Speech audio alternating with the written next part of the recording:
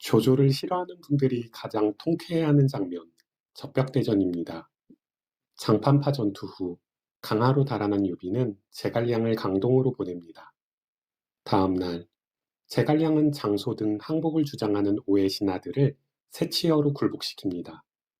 그리고 오의 대장 주유에게 조조가 당신의 아내를 탐내고 있으니 그녀를 바치면 전쟁을 안 해도 된다. 라고 말하죠. 이에 격분한 주유는 손권에게 조조를 물리칠 것을 주장합니다. 이렇게 손권과 유비가 손을 잡고 조조에게 맞서게 됩니다.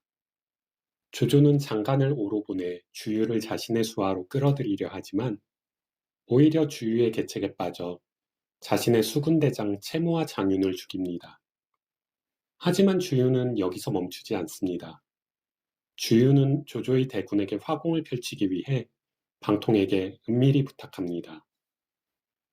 방통은 조조에게 거짓 투항하며 북방의 군대는 수전에 약하니 함선을 쇠사슬로 묶어 고정시키면 육지처럼 전투를 치를 수 있다 라고 설득합니다.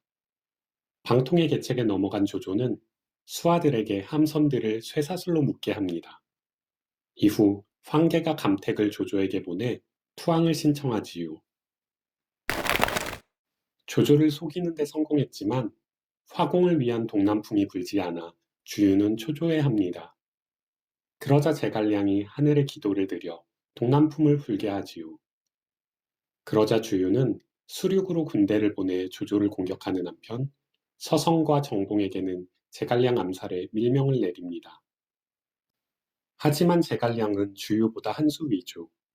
제갈량은 이미 유비에게 지원을 요청했고 조은이 배를 타고 달려와 제갈량을 구합니다.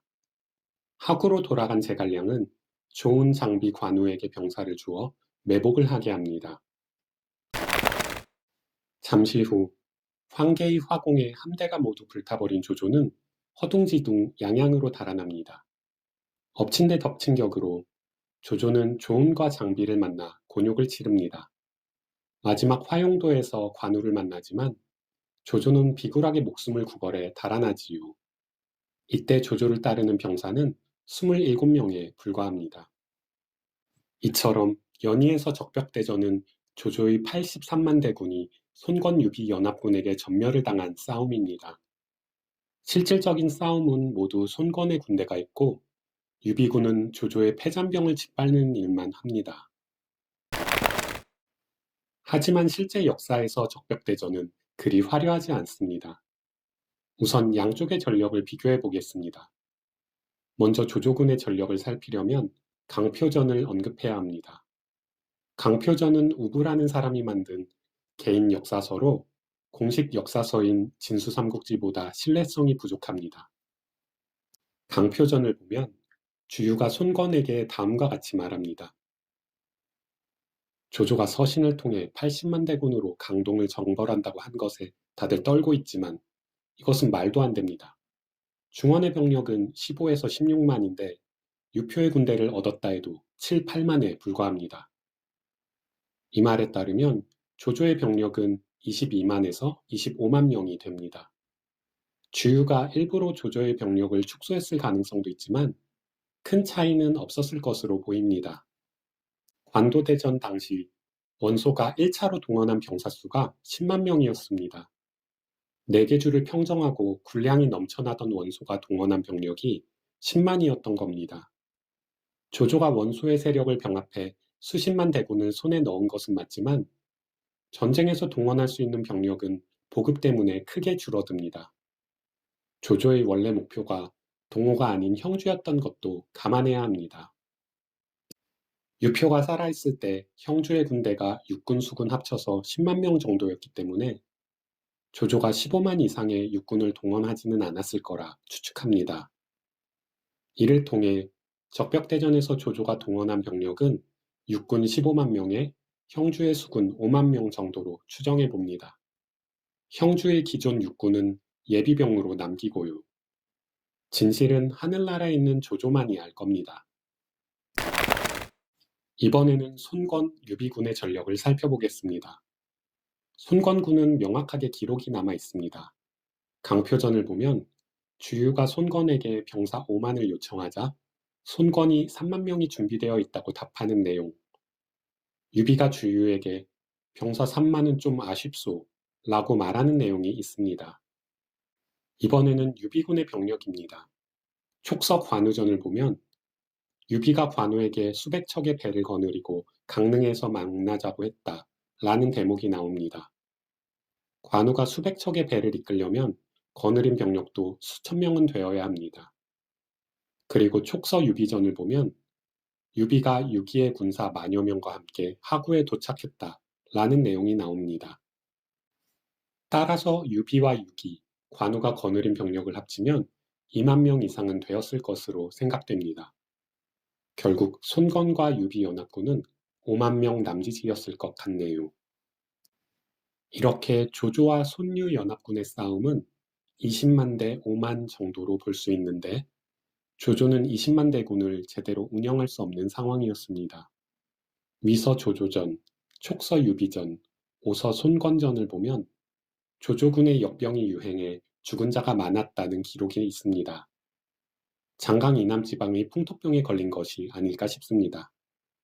유비군은 오랫동안 형주에 머물렀으니 면역이 생긴 것 같습니다. 그리고 장간이 주유를 설득하기 위해 동으로 건너간 것은 사실로 보입니다. 강표전을 보면 조조가 장간을 보내 주유를 설득하려 했지만 주유가 먼저 그 누가 오더라도 나를 설득할 수 없다고 말했다.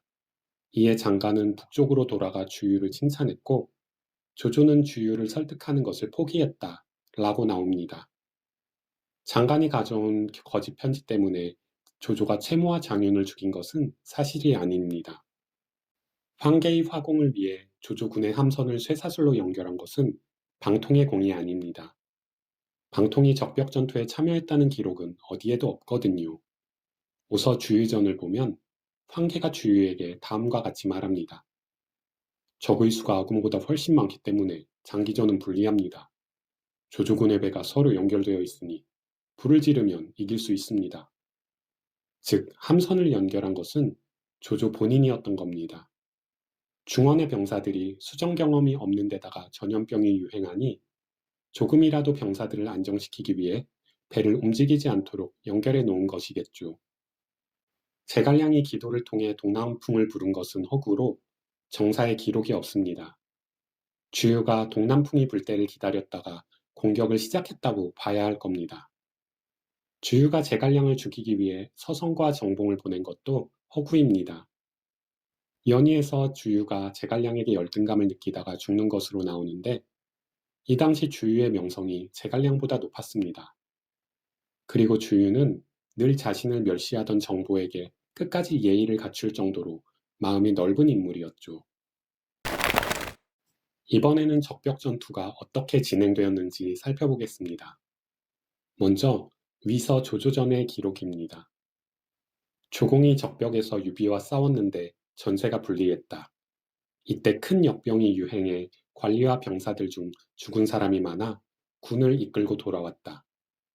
마침내 유비가 형주와 장강 남쪽에 여러 군을 차지했다. 이 내용이 적벽 전투에 대한 위서 기록의 전부입니다. 조조군이 패전에 대한 기록이라 최대한 간략하게 작성한 것 같습니다. 삼국지 산양공제기. 산양공은 후한의 마지막 황제 유협을 말합니다.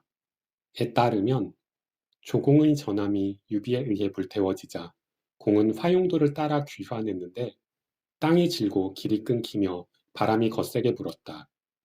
지친 병사들까지 모두 풀을 날라 물 웅덩이를 메워 말이 지나갈 수 있었다. 이때 말과 사람에 밟히고 물 웅덩이에 빠져 죽은 병사가 매우 많았다. 조공이 이곳을 빠져나온 뒤 매우 기뻐해 장수들이 그 이유를 묻자 조공이 대답했다. 유비는 나의 맞수지만 계책을 쓰는 것이 느리다. 유비가 일찍 불을 질렀다면 내가 살아남지 못했을 거다. 잠시 후 유비가 화공을 펼쳤지만 조조는 무사히 빠져나갔다. 이번에는 촉서 유비전의 기록입니다.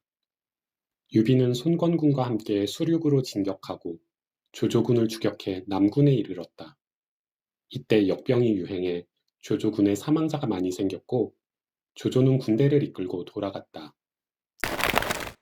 다음은 오서 손관전 차례입니다.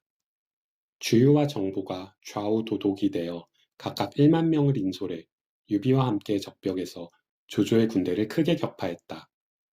조조는 남아있는 배에 불을 지르고 군대를 이끌고 퇴각했다. 조조군은 굶주리고 역병이 돌아 죽은 자가 대부분이었다. 오서 주유전에는 유비는 주유와 힘을 합쳐 조조를 추격했다. 조조는 조인을 남겨 강릉을 지키게 하고 본인은 북쪽으로 달아났다. 라고 나옵니다. 조조전, 유비전, 손권전, 산양공제기의 기록을 종합해보면 적벽대전의 주역은 손권군이 아니라 유비군이라고도 볼 수 있습니다. 조조전과 산양공제기에는 손권군에 대한 언급 자체가 없습니다. 손권전에도 유비와 함께 조조군을 격파했다 라고 표기되어 있고요. 게다가 유비가 육군만 동원한 것이 아니라 수군도 동원했음을 알 수 있습니다. 철저하게 유비를 주인공으로 연희를 만든 나관중 아저씨가 왜 적벽대전에서는 주유 혼자 싸우고 유비는 숟가락만 얹은 걸로 표현했는지 모르겠습니다. 아마 재주는 곰이 부리고 돈은 주인이 받는다는 말처럼 싸움은 주유가 하고 형주 땅은 제갈량이 슬기롭게 차지한다 라고 말하고 싶었는지 모릅니다.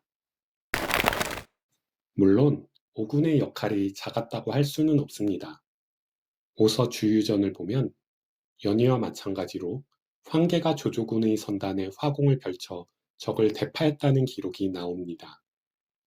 이 전투에서 황계가 화살을 맞고 강물에 빠지는 것도 기록에 나옵니다. 재밌는 것은 오나라 병사들이 물에 빠진 황계를 구했지만 누구인지 몰라 화장실에 처박아뒀다고 합니다.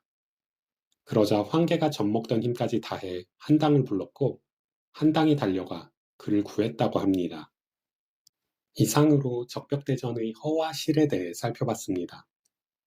다음번에는 적벽전투의 연장선이죠. 강릉을 둘러싼 남군 전투에 대해 살펴보겠습니다.